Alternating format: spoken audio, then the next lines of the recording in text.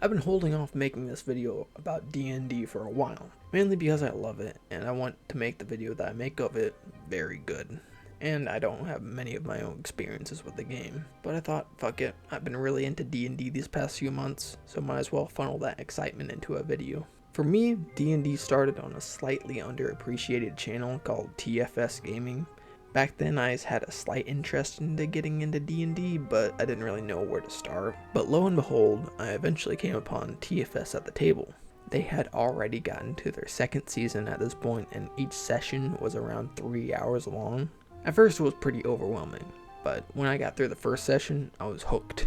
Before long, I was going through the story of Wake, Eloy, and Ezra through their long and arduous story.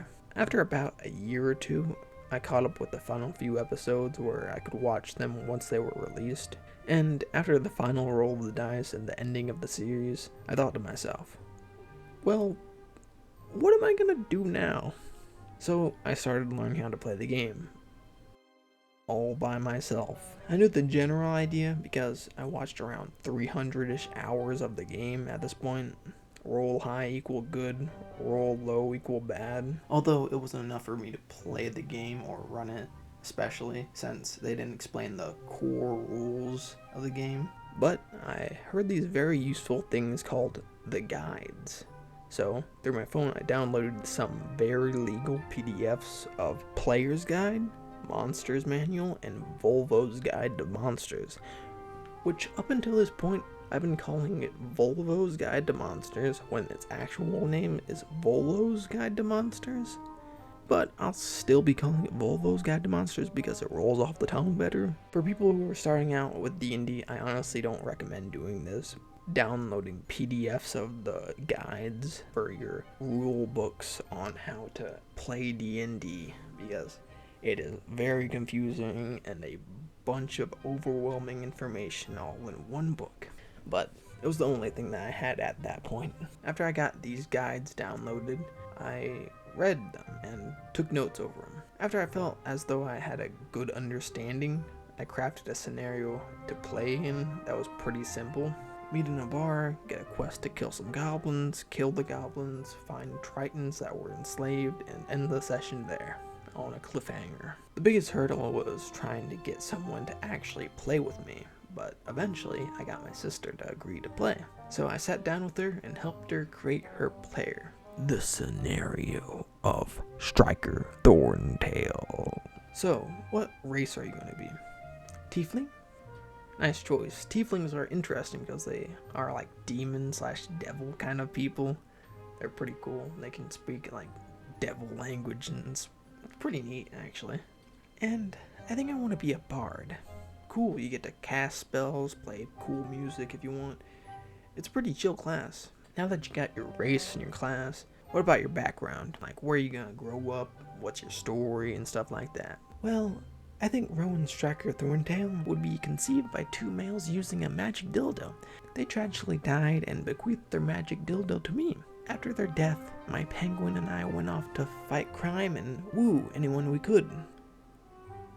Okay, I was a very new DM and I was excited into getting into D&D and even suggested that her dildo would have a magical ability where it could charm someone, which in hindsight, I should have held off until a higher level. Before we were about to play, her boyfriend joined in too. He wanted to be an evil elf that had his wife stolen or killed a long time ago by a lord or something, and he also wanted to get into magic, so I had him be a drow sorcerer named Shagoff. Why Shagoff?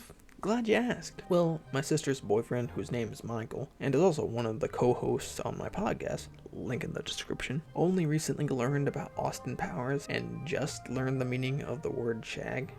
And if you don't know, means sexual relations with another person. So his name essentially means fuck off, which I thought was interesting to point out. My very first session. There were a few things that I didn't like that I did during this session, like how I made my DMPC a little too involved within the group.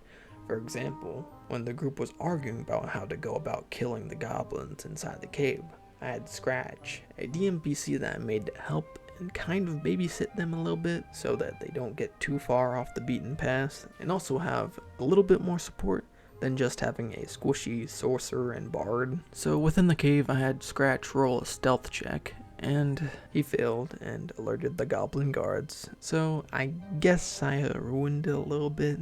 And also the group didn't have a really good introduction with Scratch, as the first thing that he did was steal from them, even though he gave it right back. It was a training thing. Don't worry about it. Another thing that I didn't like about the session was that I made the first person that they meet kind of do a dick thing to them. The first person that they met was an old dude rolling around in mud and refuse. Then he spots them and comes up and hugs them before immediately cleaning himself off with prestidigitation and leaving them in a muddy mess. By the reaction of the group, they didn't find it hilarious like I did when I first wrote it. I also forgot about the number one rule in D&D, have fun. An example was when Shagoff, as a prank, did flaming hands on the other character, trying to mimic the old buzzard in the hand trick. But instead of doing 1 point of damage and having Rowan reel in pain from Shagoff's trickery, I rolled full damage. Thankfully, it wasn't a super high roll, and Rowan is resistant to fire damage because she's a tiefling, but I quickly realized I should keep those interactions as fun content and not to be too hard on the rules are rules. And the biggest thing that I didn't like about the session was that I let Shagoff tame a Quagagath, which was supposed to be a boss monster. He didn't even roll that high, even though I gave him advantage, and I still gave it to him, mostly because I thought it was pretty cool. So that's on the different end of the spectrum, where it's too cool and shouldn't be there.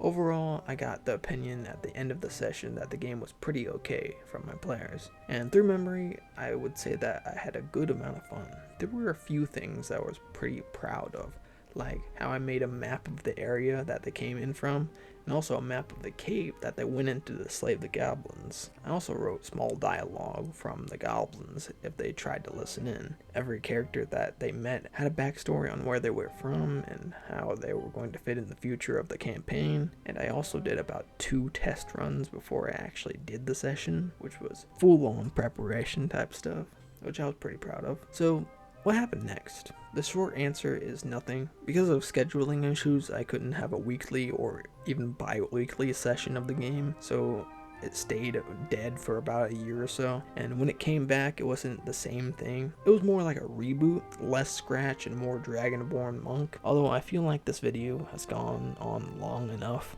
So I'm gonna try and end this video and maybe talk about the other ventures later on in a maybe more concise video in the future. Well, that's the end of the video. You can maybe like subscribe.